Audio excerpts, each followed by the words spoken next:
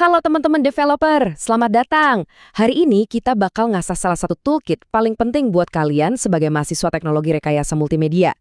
Yap, kita akan belajar gimana caranya menguasai alat-alat buat mengevaluasi setiap proyek yang kalian bangun.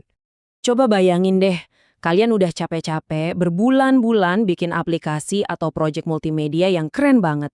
Terus pas ditanya, seberapa bagus sih produkmu? Gimana cara jawabnya pakai data? Bukan cuma sekedar kayaknya bagus deh. Nah, ini dia masalah yang bakal kita pecahin bareng-bareng hari ini. Oke, ini peta perjalanan kita ya. Kita mulai dari konsep dasarnya dulu, terus kita bedah satu persatu 3 alat utama di kotak perkakas kalian.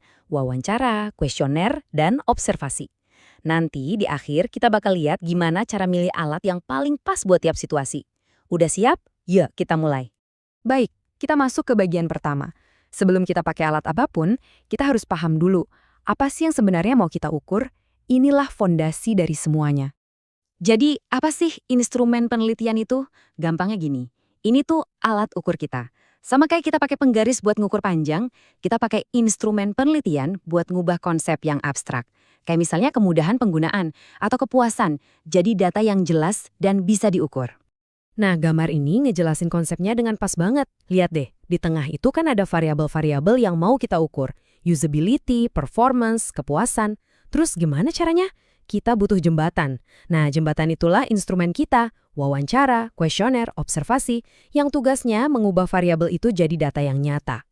Yuk kita buka kotak perkakas kita dan kita ambil alat yang pertama, wawancara. Kalau data angka cuma bisa ngasih tahu apa yang terjadi, wawancara ini senjata kita buat gali lebih dalam soal kenapanya. Kita bisa dapat wawasan kualitatif yang kaya dan mendalam. Waktu wawancara, kita punya 3 jenis amunisi utama. Pertama, close question atau pertanyaan tertutup. Jawabannya udah pasti, misalnya berapa lama Anda pakai internet setiap hari? Terus ada open question, pertanyaan terbuka yang ngasih kebebasan buat cerita.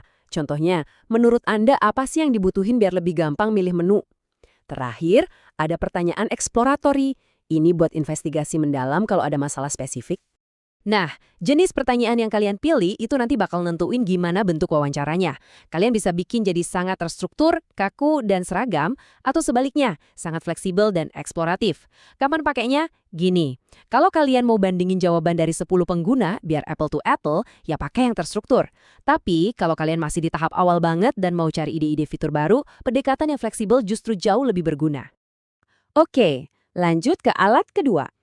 Kalau wawancara itu ibarat kita ngobrol mendalam 1 lawan 1, nah kuesioner ini cara kita buat ngobrol sama ratusan atau bahkan ribuan orang sekaligus.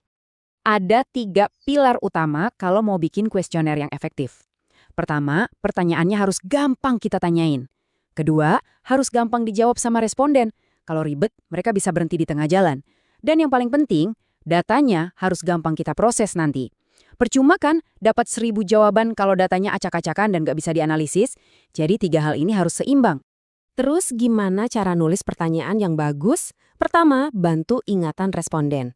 Kedua, dan ini penting banget, jangan sampai pertanyaan kita itu bias atau ngegiring opini. Ketiga, bikin semudah mungkin buat mereka jawab. Kadang pakai gambar bisa ngebantu banget. Dan terakhir, kalau perlu saling dulu responden di awal, biar pertanyaannya spesifik cuma ditanyain ke orang yang relevan. Nah, kalau yang ini saya yakin kalian semua udah sering banget lihat kan, skala Likert ini udah kayak standar emas di dunia UI and UX. Fungsinya simpel, mengubah pendapat yang subjektif jadi angka yang objektif. Ini cara kita ngasih skor buat perasaan pengguna. Selain Likert, ada juga beberapa skala lain yang perlu kalian tahu. Misalnya, skala Goodman, yang jawabannya cuma iya atau tidak. Tegas. Ini berguna banget kalau kalian mau nguji apakah pengguna berhasil nyelesain sebuah tugas atau gagal. Gak ada abu-abu. Masing-masing skala ini punya kekuatan sendiri, tergantung apa yang mau kalian ukur. Jadi, gimana cara bikinnya? Ikutin 3 langkah ini. Pertama, tentukan dulu variabelnya, apa sih yang mau diukur. Kedua, tentuin siapa respondennya. Dan ketiga, ini yang sering dilupain tapi paling krusial, uji coba dulu instrumen kalian. Kita harus pastikan instrumennya itu valid, artinya beneran ngukur apa yang mau kita ukur, dan juga reliable, artinya kalau diuji berkali-kali, hasilnya konsisten. Jangan sampai kuesioner kalian malah ngasih data yang salah arah. Sekarang, alat terakhir di toolkit kita, Observasi. Ini adalah momen di mana kita berhenti bertanya dan kita mulai ngelihat langsung apa yang sebenarnya dilakuin sama pengguna. Konsepnya, kita benar-benar nontonin pengguna pas lagi berinteraksi sama produk kita. Ini berguna banget buat nguji performa sistem, seberapa efisien alur kerjanya, dan yang paling penting, kita bisa nemuin di mana lepak hambatan yang bahkan nggak mereka sadari atau ucapkan. Biar observasinya terstruktur, kita butuh lembar observasi. Anggap aja ini kayak catatan detektif kita. Isinya bisa macam-macam. Checklist aktivitas, tes waktu buat ngukur kecepatan, rekaman video buat lihat di mana pengguna kelihatan ragu-ragu, dan bahkan rekaman suara.